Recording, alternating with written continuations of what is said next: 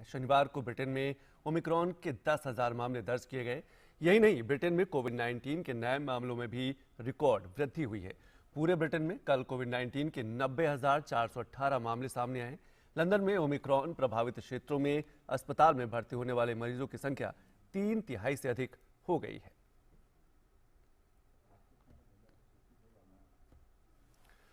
और जर्मनी सोमवार आधी रात से ब्रिटेन से आने वाले यात्रियों पर कोविड-19 प्रतिबंध लागू करेगा और देश में प्रवेश करने के लिए कोविड-19 परीक्षण की नेगेटिव रिपोर्ट अनिवार्य होगी। जर्मनी के क्षेत्रीय स्वास्थ्य मंत्रियों ने शनिवार को जर्मनी की सरकार से ब्रिटेन से आने वाले लोगों पर सख्त नियम लागू करने का आग्रह किया था, जहां कोरोना वायरस के ओमिक्रॉन वेरिएंट मामलों में वृद्धि दर्ज की गई है। बैठक में मंत्रियों ने ब्रिटेन को कोविड-19 के उच्च जोखिम वाले देशों की सूची में जोड़ने का भी आह्वान किया गया है। इसका मतलब है कि ब्रिटेन से आने वालों को 2 सप्ताह के कोविड-19 प्रतिबंधों का पालन करना होगा, भले ही उनका टीकाकरण हो चुका हो। जर्मनी में अब तक 67,88,546 लोग कोविड-19 से संक्रमित हो चुके हैं, जबकि अब तक कोविड-19 से 1,08,836 लोगों की मौत हो चुकी है। और नीदरलैंड ने ओमिक्रॉन के बढ़ते संक्रमण के कारण क्रिसमस पर कड़े लॉकडाउन की घोषणा की है। प्रधानमंत्री मार्क रूटे ने कहा है कि नीदरलैंड में फिर से लॉकडाउन लगाया जा रहा है, जो ओमिक्रॉन वेरिएंट की वजह से कोविड की 5वीं लहर के कारण जरूरी हो गया है। गैर जरूरी वस्तुओं की दुकानें, बार, जिम, हेयर ड्रेसर और अन्य सार्वजनिक स्थल कम से कम जनवरी के मध्य तक बंद रहेंगे। नए नियमों के तहत लोगों से यथासंभव घरों के अंदर रहने की अपील की गई है। मिलने आने वालों की संख्या भी सख्ती से उसमें सीमित की जा रही है। और विश्व स्वास्थ्य संगठन ने कहा है कि कोरोना के ओमिक्रॉन वेरिएंट का संक्रमण हर तीसरे दिन दोगुना हो रहा है और यह दर डेल्टा के मुकाबले काफी अधिक है। अब तक 79 देशों में ओमिक्रॉन संक्रमण की पुष्टि हो चुकी है। संगठन ने कहा है कि तेजी से बढ़ते संक्रमण को देखते हुए कुछ शहरों के अस्पतालों में संक्रमितों की संख्या काफी अधिक हो सकती है। संगठन के अनुसार ओमिक्रॉन संक्रमण उन देशों में भी तेजी से फैल रहा है जहां कोविड टीकाकरण की दर काफी अधिक है अथवा जहां की अधिसंख्य आबादी कोविड के पहले दौर से उबर चुकी है। दक्षिण पूर्व एशिया के 7 देशों में ओमिक्रॉन संक्रमण की पुष्टि हो चुकी है। इसे देखते हुए विश्व स्वास्थ्य संगठन की क्षेत्रीय निदेशक डॉक्टर पूनम खेतपाल सिंह ने कहा है कि इसका प्रसार रोकने के लिए सार्वजनिक स्वास्थ्य सुविधाओं को बेहतर बनाने को प्राथमिकता देना और सामाजिक उपायों को प्रभावी ढंग से लागू करना आवश्यक है।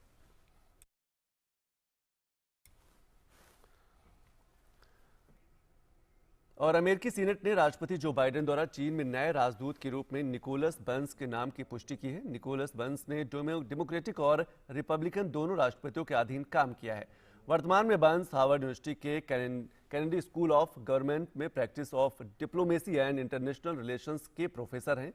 उन्होंने चीन के प्रवक्ता के तौर पर भी अमेरिका में सेवाएं दी हैं।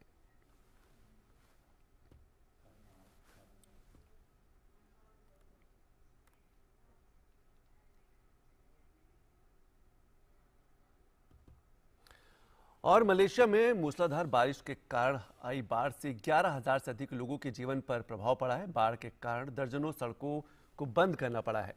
मलेशिया के प्रधानमंत्री ने कहा है कि बाढ़ से प्रभावित लोगों को सुरक्षित स्थानों पर पहुंचाने के लिए 66,000 से अधिक बचावकर्मी पूरी मुस्तैदी के साथ तैनात हैं। वहीं मौसम विभाग ने कई क्षेत्रों में आज भारी बारिश की संभावना जताई है।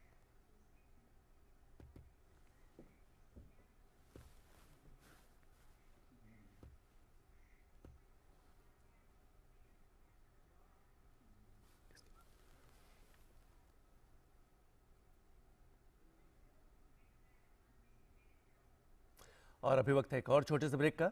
देखते रहिए डीडी न्यूज।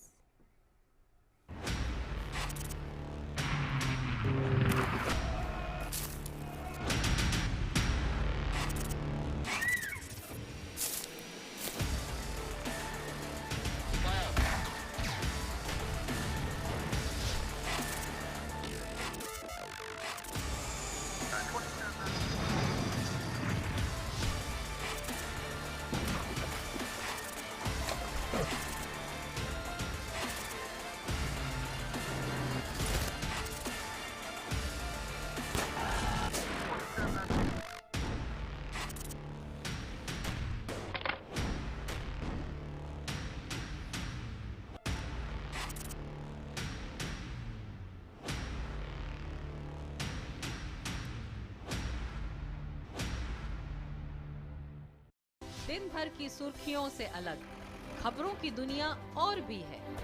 खबरें जो आपको दे नया नजरिया, खबरें जिसमें दिखे समाज की परछाई, ऐसी खबरें जो कहती हैं न्यू इंडिया की कहानी।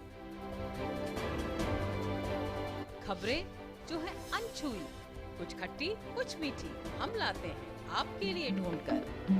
खबर हटकर सोमवार से शुक्रवार दोपहर 3:30 बजे और शाम 5:30 बजे सिर्फ डीडी न्यूज पर।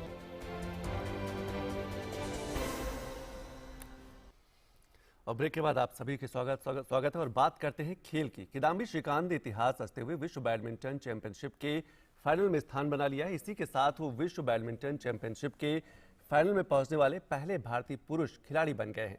श्रीकांत ने सेमीफाइनल में भारत के ही लक्ष्य सेन को 17-21, 21-14, 21-17 से हराया।